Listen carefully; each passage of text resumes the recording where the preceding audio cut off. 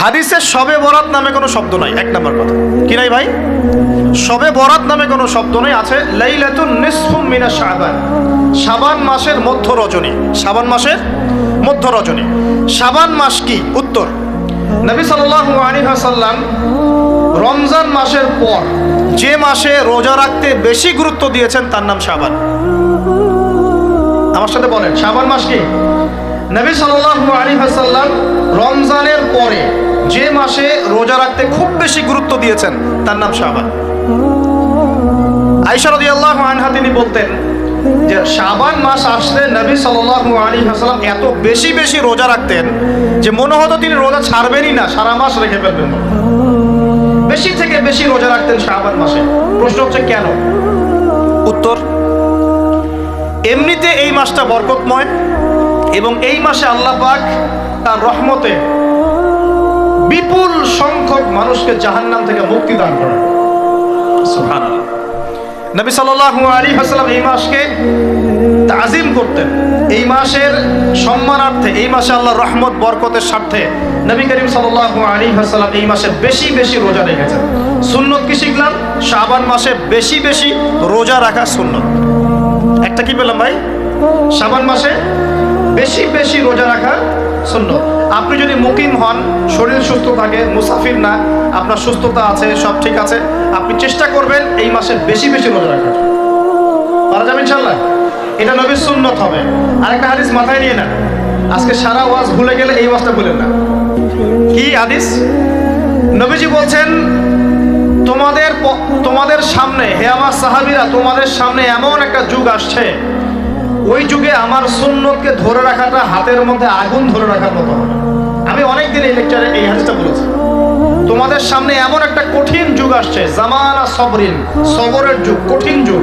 ওই যুগে ঈমান ধরে রাখা, আমার সুন্নতের উপর থাকা হাতে আগুন ধরে রাখার মতো হবে।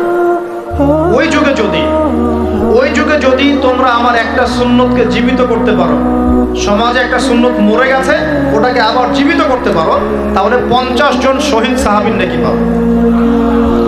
হাদিসটা বুঝলেন? শুধু নেকি না, আপনি 50 জন শহীদ সাহাবীর নেকি পাবেন যখন চলমান সমাজে একটা সুন্নত মিটে গেছে, নাই, মানুষ আমল করছে না, কিন্তু আপনি সেটাকে জীবিত করলেন। মারা যাবে ইনশাআল্লাহ। একটা দেখাচ্ছি, যেমন সাহাবীদের যুগে মানুষ মসজিদে ঢুকলে কি করতো জানেন? আগে 2 রাকাত নামাজ পড়তো। কি করতো? মসজিদে ঢুকেই, ওযু অবস্থায় মসজিদে ঢুকেই তারা বসতেন না। আগে 2 রাকাত নামাজ পড়তেন, দুখুলুল মসজিদ বা তাহিয়াতুল মসজিদ, তারপরে বসতেন। আর নবীজি বলেছেন কিয়ামতের আগে আগে এই দুখুলুল মসজিদ, তাহিয়াতুল মসজিদ, এই নামাজটা উঠে যাবে। উঠে যাচ্ছে না আস্তে আস্তে। মসজিদে ঢুকলে মানুষ ধাপ করে বসে পড়ে, তাই না? মানুষ ভুলেই গেছে এটা সুন্নত। এখন আপনি যদি এই সুন্নতটাকে আবার জীবিত করতে পারেন, ইনশাআল্লাহ 50 জন শহীদ সাহাবীর নেকি পাবেন। সমাজে এখন দাড়ি শেভ করা ফ্যাশন হয়ে গেছে, বুঝছেন? অনেকে শেভ না করলে চাকরি দেয় না। শেভ না করলে কি হয় না? চাকরি পাওয়া যায় না। স্কুলে তো না, কলেজে গিয়ে পড়তে গেলে ক্লাস করতে দেয় না। দাঁড়িয়ে আছে, যাও শেভ করে আসো, তাই বলে। এখন সমাজ চলছে উল্টা। এখন যদি আপনি নবীর সুন্নতকে আবার জীবিত করতে পারেন, 50 জন শহীদ সাহাবীর নেকি পাবেন। রাতে ঘুমানোর সময় একটা সুন্নত আছে, 33 বার সুবহানাল্লাহ, 33 বার আলহামদুলিল্লাহ, 34 বার কি আল্লাহু আকবার। বহু মানুষই পড়ে না। আপনি যদি পড়তে পারেন, ইনশাআল্লাহ আল্লাহ পাক আপনাকে রেখে দিবেন। সমাজে বহু মানুষ চুল একদম এখন মেসি রোনাল্ডো কাট, তাই না? মেসি কাট আর রোনাল্ডো কাট। আর আমি সিলেট অঞ্চলে দেখে আসছি একদম লন্ডন কাট, 2 পাশ ছিলে মাঝখানে চুল, লন্ডন থেকে শিখে আসছি। এখন চুলেরও কিন্তু সুন্নত আছে, আছে কি নাই? দাড়ির যেমন সুন্নত আছে, চুলের সুন্নত নাই। একদম সামন পিছন সমান করতে পারেন, অথবা যদি চুল নাই থাকে তাহলে চুল মাথা মুন্ডন করেও রাখতে পারেন। অনেক সাহাবীর মাথা মুন্ডিত ছিল। আবার অথবা কানের লতি পর্যন্ত বা কাঁধ বাবড়ি রাখতে পারেন। এটা চুলের সুন্নত হলো কিনা? এখন সমাজের সব মানুষ এই সুন্নতটাকে ভুলে গেছে। আপনি সুন্নত মনে করে রেখেছেন, ইনশাআল্লাহ আপনি নেকি পাবেন ইনশাআল্লাহ। এরকম অগণিত সুন্নত আছে, অগণিত, যেগুলো আমাদের সমাজ থেকে আস্তে আস্তে উঠে যাচ্ছে। আমি খুব দুঃখের সাথে বলছি, অনেক মসজিদে ফরজ নামাজ পড়ার পরে আমরা কি করি? একটা মোনাজাত করি, আল্লাহুম্মা আমিন বিরহমাতিকা ইয়া আরহামার রাহিম। ব্যাস উঠে চলে গেলাম, তাই না? উঠে চলে যায় না? তারপর স্যান্ডেল নিয়ে বাইরে চলে গেল। অথচ সালাম ফিরানোর পরে একবার বলতে হয় আল্লাহু আকবার। কি বলতে হয়? তিনবার বলতে হয় আস্তাগফিরুল্লাহ আস্তাগফিরুল্লাহ আস্তাগফিরুল্লাহ। বলতে হয় আল্লাহুম্মা আনতাস সালাম ওয়া মিনকাস সালাম তাবারাকতা ইয়া যাল জালালি ওয়াল ইকরাম। একবার পড়তে হয় আয়াতুল কুরসি, 33 বার সুবহানাল্লাহ, 33 বার আলহামদুলিল্লাহ, 33 বার আল্লাহু আকবার, তারপর কালিমা শাহাদাত। এরপর সূরা ফালাক একবার, সূরা নাস একবার, ইখলাস একবার। আরো তো অনেক দোয়া আছে। আল্লাহুম্মা লা মানিআ লিমা আ'তাইত ওয়া লা মু'তিয়া লিমা মানা'ত ওয়া লা ইয়ানফা'ু যাল জাদ্দি মিনকাল জাদ। পড়তে হয় আল্লাহুম্মা ইন্নী আউযু বিকা মিনাল হাম্মি ওয়াল হাযান ওয়াল আজজি ওয়াল কাসালি ওয়াল বুখলি ওয়াল জুবন ওয়া দালা'id দাইন ওয়া গালাবাতির রিজাল। পড়তে হয় আল্লাহুম্মা আ'ইন্নী আলা যিকরিকা ওয়া শুকরিকা ওয়া হুসনি ইবাদাতিক। আরো অনেক দোয়া আছে। দেখেন তো, মোনাজাত করেন, আমি তো না করছি না, আমি তর্ক করতে আসি না এখানে, এটা নিয়ে আমি ঝগড়া করতে আসি। কিন্তু এই সুন্নতটা যে উঠে গেল, মোনাজাতটা করে যে মসজিদ থেকে বের হয়ে চলে গেলেন, এই সুন্নতটার উপর আমল কে করবে? সুন্নত উঠে গেল না? আপনি যদি বসে এখন সুন্নতটা প্রতিষ্ঠা করেন, 50 জন শহীদ সাহাবীর নেকি পাবেন। এগুলো তো গেল আমলিয়াত। সমাজ চলছে সুদের উপরে, আপনি যদি হালাল অর্থনীতি প্রবর্তন করতে পারেন তাহলে কত নেকি পাবেন? সমাজ চলছে জেনায়, আপনি এখন পর্দা প্রতিষ্ঠা করলেন তাহলে কত নাকি পাবেন? সমাজে চলছে দুর্নীতি, আপনি এখন আমানতদারিতা ইনসাফ প্রতিষ্ঠা করলেন, কত নাকি পাবেন? সমাজে চলছে শয়তানি, সব শয়তানি। কি চলছে? শয়তানি। এখন আপনি আল্লাহ রাব্বুল আলামিনের ওহী প্রতিষ্ঠা করলেন, কত নাকি পাবেন? নিঃসন্দেহে আর অনেক বেশি নাকি পাবেন। আল্লাহ পাক আমাদেরকে সেই লক্ষ্যে কাজ করার তৌফিক দান। প্রিয় ভাইরা, যে কথা বলতে এখানে আসলাম, এক বাড়াবাড়ি এই মাসে নবীজি বেশি বেশি রোজা রাখতেন। তাহলে আমরা কি করবো এই মাসে ভাই? 1 নম্বর কাজ, বেশি বেশি রোজা রাখার চেষ্টা করবো ইনশাআল্লাহ। আল্লাহ তৌফিক দান করবেন। এবার আরেকটা পয়েন্ট বলি, সামনে রমাদান মাস। রমজান মাস আসলে আমরা মাশাআল্লাহ পরিপূর্ণ মুসলিম হওয়ার চেষ্টা করি, কিন্তু সারা বছর এটা ধরে রাখতে পারি না। রমজান মাসে যে নামাজ পড়ে না সেও মসজিদে যায়। দেখা যায় যে জুমার নামাজও পড়ে না, ও তারাবির নামাজ পড়তে যায়, যায় কি না? ওই দিন গিয়ে বলে এসি দেন, ইমাম সাহেব এসি অন করেন, তাই না? সারা বছর তো আসে নাই। ওই দিন গিয়ে বলে ইমাম সাহেব এসি বন্ধ কেন? এই মুয়াজ্জিন সাহেব ফ্যান দেন। তখন ওখানে গিয়ে মানে কি বলবো, হ্যাঁ পাতব্বরি করে। আর যাক, তারপরেও যে মসজিদে আসছে আমরা দোয়া করি আল্লাহ হেদায়েত দান করুন। আমরা তো কাউকে পিছনে ফিরাই দিব না, দিব? এখন রমজান মাস আসলে আমরা মাশাআল্লাহ রোজা রাখি, মানুষকে ইফতার করাই, দান সদকা করি, আমরা যাকাত দেই, তারাবি পড়ি, কোরআন তেলাওয়াত করি, আমরা মাশাআল্লাহ অনেক আমল করি। এই আমলগুলো কি একবারে ধাপাস করে ধরে ফেলা সম্ভব না? একটা আস্তে আস্তে ট্রেনিং প্রসেস লাগে। একটা ফ্যান চালু করলে ফ্যানটা কি শুরুতেই ধাপাস করে ঘুরতে শুরু করবে, নাকি আস্তে স্লোলি সে মোমেন্টাম ধরবে? কোনটা? আস্তে আস্তে সে গতি বাড়বে না, ধীরে ধীরে গতি পাবে। ঠিক শাবান মাসে এত বেশি রোজা রাখা, ইবাদত করার অর্থ কি? যাতে রমজান মাসে আপনি পরিপূর্ণ ইবাদত করতে পারেন। বুঝতে পারছেন কথা? রমজানে গিয়ে তো শুরুতেই সব ইবাদত ধরে ফেলা সম্ভব হবে না। মনে করেন আগামীকাল পহেলা রমজান, আজকে থেকে আপনি সব ইবাদত একসাথে করতে পারবেন? তখন কি আপনি বেগ পেতে হবে। কিন্তু একটা মাস আগে থেকে যদি ট্রেনিং নেন, ইনশাআল্লাহ রমজান মাসে ইজি হয়ে যাবে। এটা একটা কারণ নবী সাল্লাল্লাহু আলাইহি ওয়াসাল্লাম শাবান মাসে বেশি বেশি রোজা রাখতেন, আমল করতেন। আল্লাহ পাক আমাদের সবাইকে শাবান মাসে বেশি বেশি আমল করার তৌফিক দান, যাতে রমজান মাসে গিয়ে আমরা সুবিধা পাই, রমজান মাসের হকটা আদায় করতে পারি। এবার এই মাসে নবী সাল্লাল্লাহু আলাইহি ওয়াসাল্লাম কি বলেছেন একটা হাদিস থেকে আগে বুঝি। এই হাদিসটা সহ অনেক হাদিসে এই একই রকম কথা এসেছে এবং এই হাদিসটা বিশুদ্ধ। এটাকে অস্বীকার করলে হাদিস অস্বীকারী হয়ে যাবে। বাড়াবাড়ি গ্রুপ, ছাড়াছাড়ি গ্রুপ, উভয়ের জন্যই নসিহত। নবী সাল্লাল্লাহু আলাইহি ওয়াসাল্লাম বলেছেন, ইন্নাল্লাহা তাআলা, নিশ্চয় আল্লাহ রাব্বুল আলামিন, লা ইয়াত্তালিউ ফি লাইলাতিন নিসফি মিনাশ শাবান, শাবান মাসের মধ্য রজনীতে আল্লাহ রাব্বুল আলামিন তার রহমতের দৃষ্টি প্রশস্ত করেন। সুবহানাল্লাহ।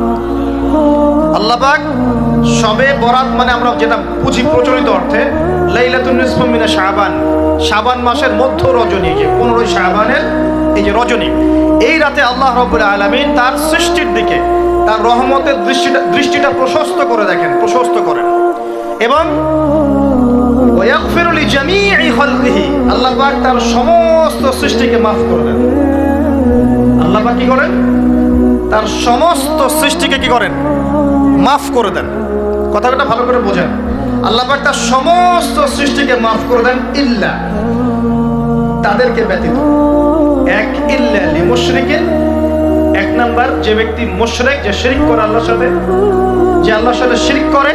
আর দুই, মুশাহিনিন, যে ব্যক্তি অন্তরে মানুষের সাথে বিদ্বেষ পোষণ করে, হিংসা বিদ্বেষ মনে আছে এরকম ব্যক্তি, এবং মনের মধ্যে শিরক আছে, শিরকি আকীদা, মুশরিক, এই দুই শ্রেণীর মানুষ ছাড়া আল্লাহ পাক সমস্ত মানুষকে মাফ করবেন। তাহলে এই রাতের ফজিলত প্রমাণ হলো কিনা? রাতের ফজিলতটা প্রমাণ হলো কিনা? আচ্ছা, এখন এর ব্যাকআপ আরো অনেকগুলো হাদিস আছে।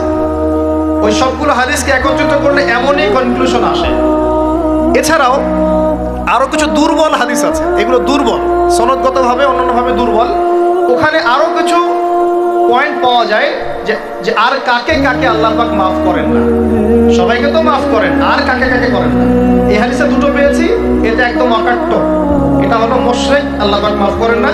দুই, যে অন্তরে হিংসা বিদ্বেষ পোষণ করে, হিংসা বিদ্বেষ আছে, এদেরকে আল্লাহ মাফ করেন না। আরো কিছু দুর্বল বর্ণনা থেকে পাওয়া যায়, এটা দুর্বল বর্ণনা, কিন্তু জেনে রাখতে তো সমস্যা নেই। সমস্যা আছে? আর পাপ তো পাপী, দুর্বল হাদিসে আসুক আর কঠিন হাদিসে আসুক, পাপ তো পাপী নাকি? পাপ ছাড়তে কোনো সমস্যা আছে? তো তৃতীয় এক শ্রেণীর নাম পাওয়া যায়, যারা হচ্ছে আত্মহননকারী, নিজেরা নিজেদেরকে আত্মহত্যা করেছে, এদেরকে আল্লাহ মাফ করেন। আত্মহনন বোঝেন কিনা?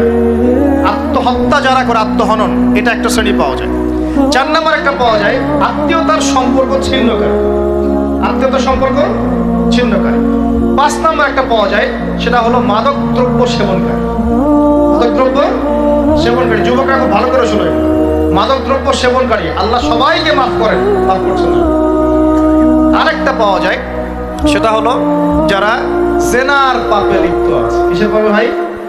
জেনার পাপ। এরকম আর কিছু ব্যাকআপ পাওয়া যায়, কিন্তু এগুলোর বর্ণনা দুর্বল। বর্ণনা কি? দুর্বল, কিন্তু পাপ তো পাপই নাকি? এই পাপগুলো তো পাপ, এই পাপগুলো করলে কি আল্লাহ খুশি হন?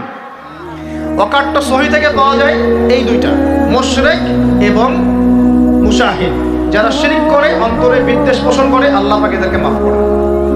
এখন আগে জানি শিরক থেকে কিভাবে বাঁচবো, শিরক কি এবং কেন, তারপরে জানবো হিংসা বিদ্বেষ, তারপরে আমরা যাব এই রাতটা আমরা কি করতে পারি। মনে রাখবেন, আমল করতে হবে 3টা বিষয় খেয়াল রেখে। কয়টা বিষয় ভাই? আমল করতে হবে 3টা বিষয় খেয়াল রেখে। এক, আমল করতে হবে একমাত্র আল্লাহ পাকের সন্তুষ্টির জন্য। 1 নম্বর কি বলেন? এক, আল্লাহর সন্তুষ্টির জন্য, কারো সন্তুষ্টির জন্য না, কারো জন্য না, শুধু কার জন্য? দলিল হচ্ছে ইন্নাস সালাতি ওয়া নুসুকি ওয়া মাহইয়ায়া ওয়া মামাতি লিল্লাহি রাব্বিল আলামিন ফাসাল্লি লিরাব্বিকা ওয়ানহার। 2, আমল হতে হবে একমাত্র নবী সাল্লাল্লাহু আলাইহি ওয়াসাল্লামের সুন্নাত মোতাবেক। কার সুন্নাত মোতাবেক? নবী এবং সাহাবীদের সুন্নতের সাথে মেলে না, সেই আমল করা যাবে না। নবী এবং সাহাবীদের সুন্নতের সাথে মেলে না, সেই আমল করা যাবে না। 3 নম্বর, আমলটা যত সুন্দরই মনে হোক, আমলটা যত সুন্দরই মনে হোক আর যত মানুষই করুক, যত মজাদার মনে হোক না কেন, নবী করেন নাই, সাহাবীদের থেকে প্রমাণ নাই, আমল করব না। করলে বেদাত হয়ে যাবে। কি হবে? বেদাত হয়ে যাবে। আর 3 নম্বর হচ্ছে, আমলগুলো করার আগে অবশ্যই আপনার রিজিকটাকে হালাল করতে হবে। কি করতে ভাই? ব্যাস, এই 3টা শর্ত পূরণ করে আমল করলে ইনশাআল্লাহ তাআলা আমরা জান্নাতে যাব। ইনশাআল্লাহ আমরা আশাবাদী, আল্লাহ পাক আমাদেরকে জান্নাত দিবেন ইনশাআল্লাহ। আল্লাহ পাক এক রাতে রহম করে সমস্ত মাখলুক সৃষ্টিকে মাফ করে দিচ্ছেন, শুধু শিরক এবং হিংসা বিদ্বেষ পোষণকারীকে মাফ করছেন না। বুঝতে হবে এই পাপ দুটো কত কঠিন। এবার আসেন, প্রথমে একটু শিরক নিয়ে কথা বলি, তারপরে মুশাহিন নিয়ে কথা বলি। ধৈর্য ধরবেন তো নাকি? দেরি হচ্ছে? সবর করেন। এখন প্রথমে জানি শিরক কি এবং কেন। শিরক হচ্ছে এমন একটা পাপ, যেই পাপ আমলনামায় থাকলে পরে বিনা তওবায় যদি সেই ব্যক্তি মারা যায়, আল্লাহ পাক তাকে মাফ করবেন না। ভালো করে শোনেন, শিরক এমন একটা পাপ, যে পাপ যদি আমলনামায় থেকে যায়, বিনা তওবায় সে মারা যায়, শিরকের পাপ নিয়ে আল্লাহর সামনে দাঁড়ায়, আল্লাহ তাকে মাফ করবেন। দলিল সূরা নিসা আল্লাহ পাক বলেন ইন্নাল্লাহা লা ইয়াগফিরু আন ইউশরাকা বিহি ওয়া ইয়াগফিরু মা দুনা যালিকা লিমান ইয়াশা। আল্লাহ পাক তার সাথে শিরকের গুনাহ মাফ করবেন না, এছাড়া যে কোনো গুনাহ যাকে ইচ্ছা মাফ করবেন। বুঝাচ্ছি, মনে করেন একজন ব্যক্তি জিনা করেছে, কথার কথা নাউযুবিল্লাহ, একজন ব্যক্তি জিনা করেছে বা মিথ্যা কথা বলেছে বা ধরেন মদ খেয়েছে ইত্যাদি। এখন সে তওবা করলে তো মাফ পেতই, তওবা করলে মাফ হতো না? তওবা করলে মাফ তো পেতই। মনে করেন তওবা না করেই মারা গেছে, আল্লাহ পাক চাইলে কিয়ামতের মাঠে এই পাপ বিনা তওবাতেই মাফ করতে পারে। বুঝতে পারছেন না মনে হয়? মনে করেন একজন ব্যক্তি মদ খেয়েছে, জিনা করেছে ইত্যাদি, সে তওবা করার ফুরসত পায় নাই, বিনা তওবায় মারা গেছে।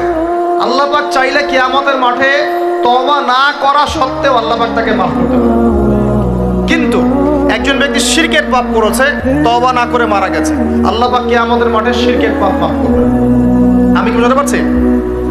অন্য পাপের কারণে আল্লাহ রাব্বুল আলামিন শাস্তি দিয়ে হোক, কোনো একটা ভাবে হোক, নবীর সুপারিশের মাধ্যমে হোক, তাকে জাহান্নামে গেলেও সেখান থেকে বের করে জান্নাতে দিবেন ইনশাআল্লাহ। কিন্তু শিরকের পাপ যার আমলনামায় থাকবে তার উপর জান্নাতকে হারাম করে দেওয়া আছে। বলেন নাউযুবিল্লাহ। সূরা মাইদায় দলিল আছে, শিরকের পাপ যার আমলনামায় আছে তার জন্য জান্নাতকে হারাম করে দেওয়া আছে। শিরক মানে অংশীদার সাব্যস্ত করা, আল্লাহ পাকের সাথে কাউকে সমকক্ষ করা। শিরক কত প্রকার হয়? উত্তর 3 প্রকার। কয় প্রকার ভাই? বিশ্বাসে শিরক হয়, মানে আকীদায় শিরক হয়, আমলে শিরক হয়, মানে কাজে শিরক হয়, কথা বা লিসানে শিরক হয়। মনে থাকবে? 1 নাম্বার কিসে শিরক হয়? বলেন আমার সাথে। বিশ্বাসে শিরক হয়, আকীদায় শিরক হয়। 2 নাম্বার আমলে শিরক হয়, কাজে শিরক হয়। 3 নাম্বার কথায় শিরক হয়। কয়েকটা এক্সাম্পল দিয়ে বুঝতে পারবেন। একজন ব্যক্তি মনে করেন বিশ্বাস করে যে আল্লাহ বলতে কেউ নাই, কি হবে এটা? বলেন শিরক। একজন ব্যক্তি মনে করেন বিশ্বাস করে যে আল্লাহ আছে, আরো ইলাহ আছে, তাহলে কি হবে? কেউ যদি বিশ্বাস করে আল্লাহর সন্তান আছে, কি হবে? কেউ যদি বিশ্বাস করে মহাবিশ্ব আল্লাহ সৃষ্টি করে নাই, বিগ ব্যাং থেকে সৃষ্টি হয়েছে, কি হবে? কেউ যদি বিশ্বাস করে আল্লাহ মানুষকে সৃষ্টি করে নাই, মানুষ বানর থেকে হয়েছে, কি হবে? আচ্ছা, বিশ্বাসগত সে। কেউ যদি মনে করে আল্লাহ ছাড়া অমুকে আমার সন্তান দিতে পারে, কি হবে? কেউ যদি বিশ্বাস করে যে আল্লাহকে পাওয়ার জন্য আমাকে মাধ্যম ওসিলা পূজা করতে হবে, তাহলে কি হবে? কেউ যদি চন্দ্র, সূর্য, গ্রহ, নক্ষত্র, গাছপালা, মূর্তি এসবে পূজা করে, কি হবে? এগুলো বিশ্বাসগত শিরক। কেমন শিরক ভাই? বিশ্বাসগত শিরক। 2 নাম্বার আসেন আমলগত, কাজগত শিরক। কেমন? মনে করেন সেজদা করতে হয় কার জন্যে? কেউ যদি এখন কবরে গিয়ে সেজদা করে, কি হবে? আল্লাহর জন্য সেজদা করতে হয় না কবরে সেজদা করতে হয়? সেজদা কার জন্যে? আচ্ছা, তাহলে শিরক হবে। কুরবানি কার জন্য করতে হয়? কেউ যদি এখন মনে করেন জিনকে সন্তুষ্ট করার জন্য কুরবানি করে দেবে, কি হবে? এখনকার যুগে কিন্তু বহু মানুষ জিনের উপাসনা করে, এখনকার যুগে বহু মানুষ জিনের উপাসনা করে। আর জিন বলে একটা জাতি আছে, আমাদের সাথে চলাফেরা করে, আমরা দেখতে পারি না। আমরা কি সব দেখতে পারি? আমরা কি সব জানি? আমরা তো আমাদের আত্মাকেই দেখতে পারি। এত ঘুমাই গেছেন, আত্মা চলে গেছে, দেখতে পারছেন? আর আমরা কি জানি? আমরা কতটুকু জানি আগামীকাল কি হবে আপনার সাথে? বলেন দেখি, কেউ জানে? আমাদের জ্ঞান কত ক্ষুদ্র, বুঝতে পারলাম। আগামীকাল কি হবে তাই জানি না, আমার আত্মাকেও চোখে দেখি না। আর আমি যদি দাবি করি এখন আমি সব জানতাম, তাহলে কি হবে? অতএব জিন জাতি আমাদের মধ্যেই আছে কি নাই? ওমা খালাকতুল জিন্না ওয়াল ইনসা ইল্লা লিয়াবুদুন। আমি জিন আর মানুষকে শুধুমাত্র আমার ইবাদত করার জন্যই সৃষ্টি করেছি। আল্লাহ পাক আমাদের সবাইকে আল্লাহ পাকের সত্য বোঝার তৌফিক দান। এবার আসেন, আপনাদের পার্বত্য এলাকায় জিনের উপাসনা হয়। এখন বলেন ভাই কেমন করে জানলেন? যত তান্ত্রিক, মান্ত্রিক, কবিরাজ, জাদুকর সব এই পাহাড়ি এলাকায় ঘুরে বেড়াচ্ছে। এবং চোখ কান খোলা রাখলে আপনারাও বুঝতে পারবেন, জিনের উপাসনা করলে অনেক কিছু ভেলকিবাজি দেখানো যায়। জিনকে আল্লাহ পাক কিছু ক্ষমতা দিয়েছে, জিন অনেক দূর থেকে দেখতে পারে। মনে করেন যে কেউ একজন এখানে বসে আছে, সে দাবি করছে যে সে অলৌকিক ক্ষমতার অধিকারী, অথচ ওর কাছে জিন আছে। কি আছে? জিন। এখন আপনি শুনেছেন যে অমুক জায়গায় অমুক বাবা আছে, সে অনেক বড় ক্ষমতার অধিকারী, যাই দেখি ওনার কি ক্ষমতা। এখন আপনি রাস্তায় আসছেন, তার সেই জিন তো আগেই দেখতে পাচ্ছে আপনি আসছেন দূর থেকে, সে আগে খবর দিল আসতেছে মক্কেল, ওই যে মক্কেল আসতেছে। এখন সে বললো যে ওই ব্যক্তির সাথে যে জিন আছে ওর সাথে কানেকশন করো। সবার সাথে একটা জিন আছে না, আছে কি তাই? একটা করে জিন শয়তান আছে না সবার সাথে, দুইজন ফেরেশতা একজন জিন সবার সাথেই আছে, আছে কি নাই?